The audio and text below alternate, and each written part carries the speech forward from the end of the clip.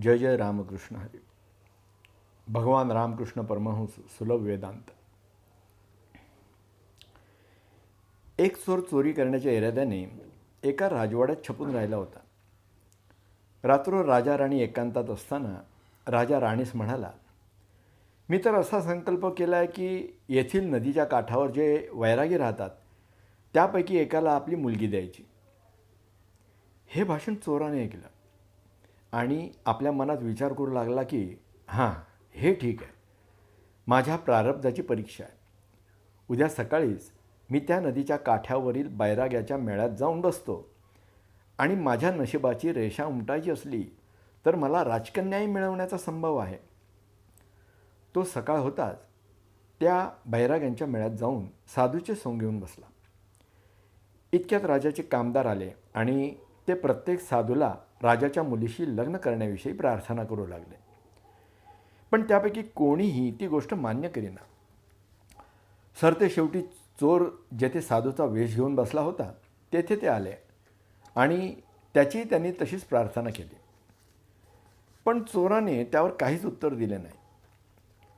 तेव्हा ते कामगार परत राजाकडे जाऊन सांगू लागले की तेथे एक तरुण साधू आहे, तो मात्र राजकन्येस वरण्यास तयार होईल असं वाटतं. दुसरा कोणीही ही गोष्ट मान्य करीत नाही. तेव्हा आपण स्वतःच त्या साधूकडे जावे, त्याचा यथोचित आदर सत्कार करावा आणि आपल्या कन्येचा हात त्याच्या हातात द्यावा असा निश्चय करून राजा स्वतःच त्या चोराकडे गेला. परंतु राजा जाताच त्या चोराचे मन अगदीच पालटले.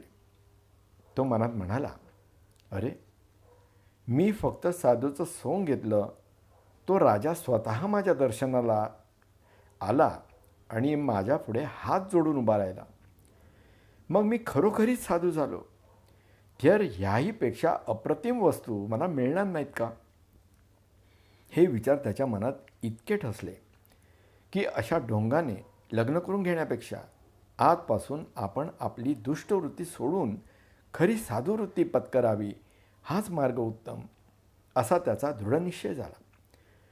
त्याने त्या राजकन्येशी लग्न करण्याचे मुळीच नाकारले आणि अखेरीस त्या कालातला तो एक महासाधू होऊन गेला. सत्कृत त्याच्या बतावणीपासून सुद्धा कधी कधी अपूर्व फलप्राप्ती होते. अर्जुनास भक्तीचा गर्व झाला होता ती कथा. एक वेळ अर्जुनाच्या मनामध्ये असा अभिमान उत्पन्न झाला की श्रीकृष्णाचा आवडता भक्त काय तो मीच. तो मनात असे समजू लागला की ईश्वराशी माझ्या इतके सख्य असे कोणाचेच नाही व माझ्या बरोबरीची भक्ती करणाराही दुसरा कोणी मिळणार नाही. परंतु श्रीकृष्ण परमात्मा सर्वसाक्षीच होता. त्याने त्याच्या मनातील हा हेतू ताडला आणि एके दिवशी ते त्यास आपल्याबरोबर सहल करावयास घेऊन गेले. ते फारसे दूर गेले नाहीत, तोच अर्जुनाला एक चमत्कारिक ब्राह्मण दृष्टीस पडला. तो एका हातामध्ये एक नागवी तलवार घेऊन तो पराजित होता आणि दुसऱ्या हातात वाळलेले गवत घेऊन खात होता. अर्जुनाने त्यांना तेव्हाच ओळखले की हा विष्णूचा परमधार्मिक भक्त असावा. त्याच्यातील श्रेष्ठ धर्म म्हणजे हा की कोणत्याही प्राण्याची हिंसा करू नये, म्हणून गवत ओले असताना त्यात जीव असतो म्हणून ते तो खात नाही. तर मेलेले, निर्जीव, सुकलेले असे गवत खाऊन तो आपली उपजीविका चालवितो. पण तो विष्णुभक्त असून त्याने नागवी तलवार का घेतली असावी? त्यातील अर्थ काय हे काही अर्जुनाच्या ध्यानात येईना. ह्यास्तव तो परमात्म्याकडे वळून म्हणाला, हे कसे? ह्या मनुष्याने कोणत्याही सजीव प्राण्याला दुखवायचे नाही असा कृतनिश्चय करून तो यत्किंचितही ओले गवतसुद्धा खात नाही. मग दुसऱ्याचे गळे कापणारे शस्त्र हातात कशाला वागवितो? श्रीकृष्ण म्हणाले, हा प्रश्न तू त्यालाच कर म्हणजे बरं. तेव्हा अर्जुनाने जाऊन त्या ब्राह्मणास विचारले, भटजी महाराज, आपण कोणत्याही प्राण्याची हिंसा करीत नाही, सुक्या गवतावर उपजीविका चालविता, असे असून ही नागवी तलवार बाळगली आहे ती कशाला?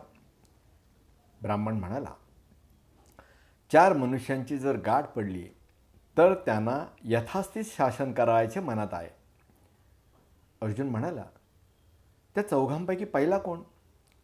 ब्राह्मण म्हणाला, पहिला म्हणाल तर तो लुच्चा नारद. अर्जुन म्हणाला, का बरं? त्याने काय केलं? ब्राह्मणाने उत्तर केलं, त्याचे धारिष्ट तर पहा. तो परमेश्वराला आपल्या गाण्याने आणि नाचण्याने अहोरात्र जागरण करवतो.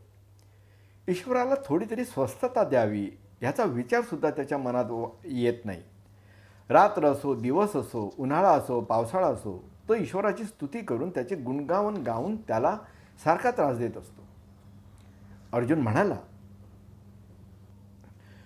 बरे दुसरा मनुष्य कोण? ब्राह्मणाने उत्तर दिले, ती अविचारी द्रौपदी.